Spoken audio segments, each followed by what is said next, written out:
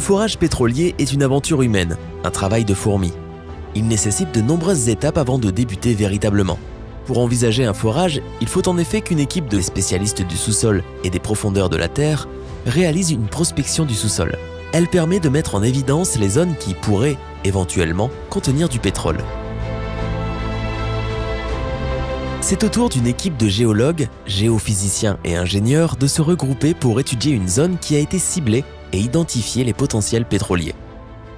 Le réservoir pétrolier en fait, est une formation géologique et donc il convient de la cartographier pour ensuite déterminer où est-ce qu'on va faire les forages. C'est comme une carte topographique. À la surface de la Terre, on va définir tout ce qui est les montagnes, les vallées, les rivières, etc.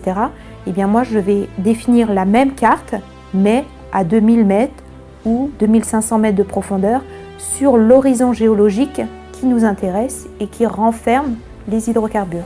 C'est très important puisque au cours des temps géologiques, eh bien, les forces tectoniques ont structuré la surface de notre réservoir et de toutes les couches géologiques du sous-sol qui vont donc modéliser et structurer en fait ce que l'on appelle le piège d'hydrocarbures, donc où les hydrocarbures sont venus s'accumuler.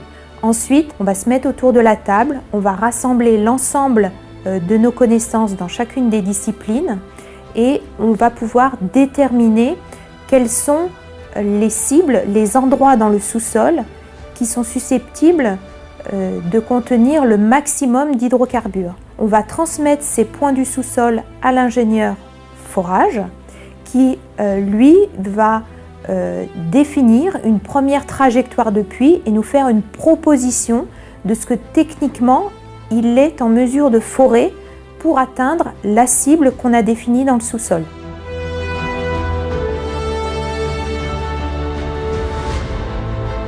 La seule façon de confirmer cette hypothèse est de réaliser un forage, c'est-à-dire de creuser un trou dans le sous-sol jusqu'à la profondeur ciblée. Pour cela, l'entreprise doit faire une demande d'autorisation administrative. Elle comprend notamment une étude d'impact et une étude de danger. Cette demande est soumise à une enquête publique. Après l'étude de ce dossier, si toutes les conditions de sécurité et de protection de l'environnement sont réunies, le préfet délivre un arrêté préfectoral qui autorise les travaux. Les préparatifs ne sont pas pour autant terminés. Au moins un mois avant le début des travaux, le programme de forage est envoyé au préfet. Le contenu du programme de forage référence le choix de la plateforme, le programme de forage dans les spécifications techniques du puits, le choix du rig, le choix des prestataires de services, notamment les déviateurs qui vont suivre les opérations, et contient également le profil de déviation du puits.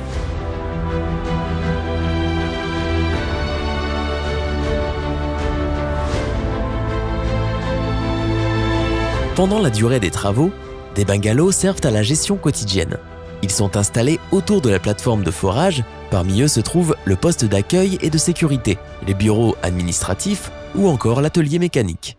Chacun a un rôle précis à jouer au sein de l'organisation. Avant de rentrer au cœur de la Terre, regardons de plus près comment se déroulent les opérations de forage pétrolier en surface. Les équipements sont très nombreux, de la tour de forage, qui ressemble à une petite tour Eiffel, au générateur, en passant par les pompes et les conteneurs à bout, ou encore la réserve d'eau pour lutter contre les risques d'incendie.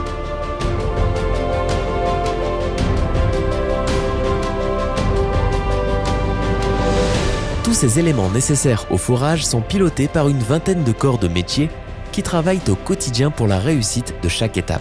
Ensemble, ils assurent et contrôlent l'avancement et la sécurité des activités. As a drilling supervisor, my main objective would be safety for the personnel, and then after that would be drilling the well economically.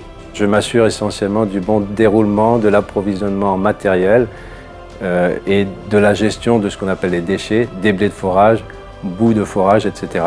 Alors mon métier consiste à contrôler et à réduire les risques professionnels tels que les accidents du travail, mais aussi les risques écologiques comme les pollutions, les nuisances sonores que peuvent générer nos travaux de forage.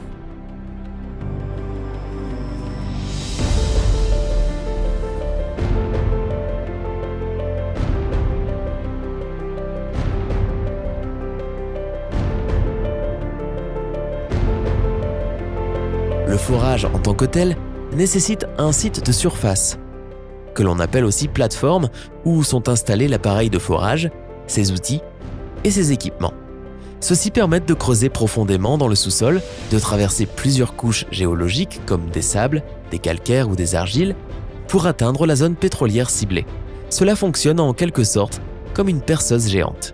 Directional drilling is the placement of the well bore in a particular direction and angle or inclination towards a given target, a given geological target. My job is to move that well bore from vertical to that target to get it there safely and quickly and efficiently.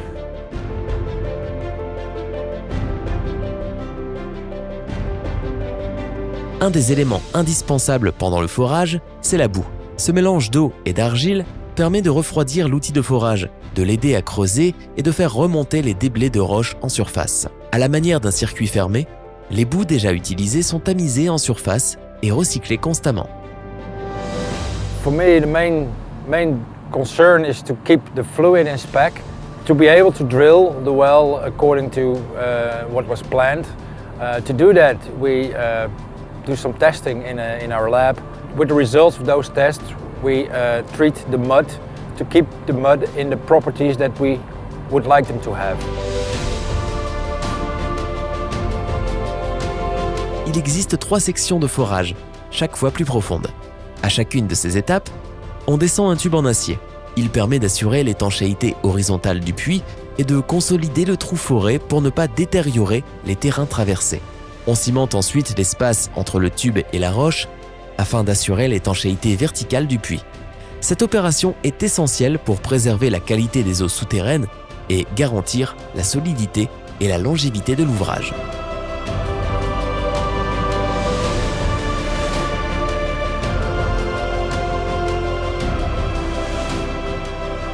À leur arrivée en surface, la boue et les déblais de roches sont séparés et ces derniers sont analysés par un géologue.